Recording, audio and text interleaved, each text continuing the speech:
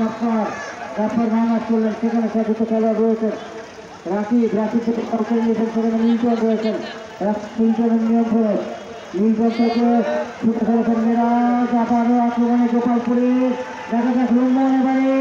এখনো রুম্মনের নিয়ন্ত্রণে, রুম্মন দিয়েছেন ফাঁকায় দাঁড়িয়ে থাকা লক্ষণের উদ্দেশ্যে হ্যাট্রিক করতে পারবেন কিনা,